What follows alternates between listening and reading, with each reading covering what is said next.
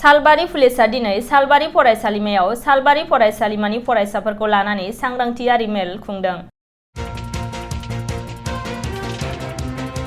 बाक्सानि सालबारियाव president स्कलार्स two Assam पुलिसजों लोब्बा लाखिनानै सालबारि पुलिसा दिनै सालबारि फरायसालिमायाव सालबारि फरायसालिमानि फरायसा फरायसुलिफोरखौ लाफानानै एवारनेस मिटिं खुंनाय जायो। बे हाबाफारियाव आनन्द बाजारनि आउटपस्टनि पुलिस बिबानगिरि सुमिरन देकानि बानजायनायाव सालबारि पुलिसजों लोगोसे सालबारि फरायसालिमानि गोरायुं डक्टर जगत चन्द्र बसुमतारी आरो लेङाइ गोरायुं डक्टर दुलेन बसुमतारी आरो गासै फोरोंगुरुजों लोगोसे फरायसा फरायसुलिफोराबो बाहागो लाफायो। लोगोसे सालबारि फरायसालिमानि गोरायुं डक्टर जगत चन्द्र बसुमतारीया माखासे ड्राग्स, फेग्रा मुवा, जुवा बायदिजों सोमोन्दो लाखिनायनिफ्राय गोजानाव थानांगौ होननानै खौरां बिजोंनि गेजेरजों फोरमायहरो। बे मेलाव सालबारि महकुमानि पुलिस बिफाननि एसडिपिअ सुमिरन बिच्चजों लोगोसे सालबारिनि गासै पुलिस हानजाया बाहागो लादोंमोन। सालबारि फरायसालिमानि गोरायुं डक्टर जगत चन्द्र बसुमतारीया खौरां बिजोंनि गेजेरजों मा फोरमायदों मिथिनानै लानि।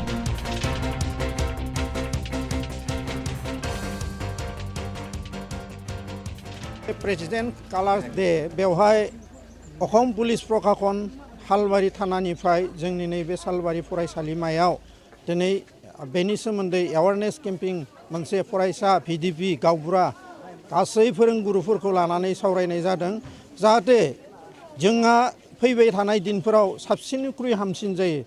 दिनै भारतबर्षनि सर्वोच्च सन्मान प्रेसिडेन्ट स्कलार बै प्रेसिडेन्ट स्कलारखौ दिनै अखम पुलिसा मोनबोनो हादों। बे जोंनि थाखाय देरगाथाव गोग्गाथाव आरो जोंनि थाखाय मोनसे गाहाम बाख्नायथाव मोनसे खामानि जानानै फैदों। दा अखम पुलिसा जेरैबायदि खामानि मावबाय दं नैबे खामानिखौ गोजोननानै भारतनि प्रेसिडेन्टनि जिथु सन्मान बे सन्मानखौ मोननो हानाया एसेल' बाथ्रा नङा। बेखौ मोननायनि थाखाय जों दिनै अखम पुलिसनो सालबारि कलेजनि न'खरनिफ्राय रोजा रोजा साबायखर बावदों। लोगोसे दिनैनि बे जिथु हम मिनिस्ट्रि बे हम ministry defence डिपार्टमेन्टनि minister अखमनि मुख्यमन्त्रि doctor Himanta Biswa Sharma सार बिथांमोननोबो जों अखम पुलिसखौ गोख्रोंनिख्रुइ गोख्रोंसिन खालामनायनि थाखाय साबायखर बावदों।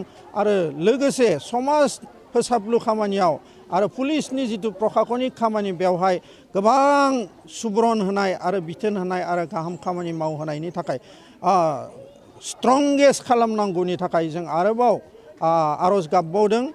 आमार जितु अखम पुलिसर हाइएस्ट अनार প্রেসিডেন্ট স্কলার নিশান এইটো আমার অসম পুলিশে যি গৌৰৱ কঢ়িয়াই আনিছে সেইটোৰ কাৰণে আমি তেখেতসকলক অশেষ ধন্যবাদ জ্ঞাপন কৰিছোঁ।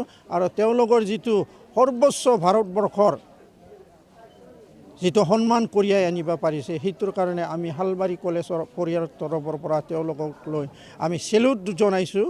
গতিকে আমাৰ দৈনন্দিন बे हाबाफारियाव जोंहा अखम पुलिसनि जानानै एसडिपिअ सार समिरन बैश्य बिथां आनन्द बाजारनि आइसि बिथां आरो लोगोसे गावबुरा भिडिपि जोंनि कलेजनि भाइस प्रिन्सिपाल डक्टर दुलेन बसुमतारीजों लोगोसे गासै प्रफेसारफोर फरायसाफोर इउनियन बडिनि जिखिनि बिखयबबिया बिथांमोना नुजाफैनो हादों। आरो बेनि थाखाय जोङो जोबोद गोजोननाय मोनदों। आरो दिनै मोनसे फोसावबावदों जोंहा एसडिपिअ सारा जे कमिउनिटि मोनसे हल लुबाय दं थाबैनो बेखौ दिहुनफुंनाय जागोन। बेनि थाखाय बिथांखौ जों धन्यबाद होदों। आरो थाबैनो बेफोर मोजां खामानिया जाफुंनांगौ। जोंनि ओनसोलल' नङा देगाव जिबायदि ड्राग्सनि बेपार जागासिनो दं आरो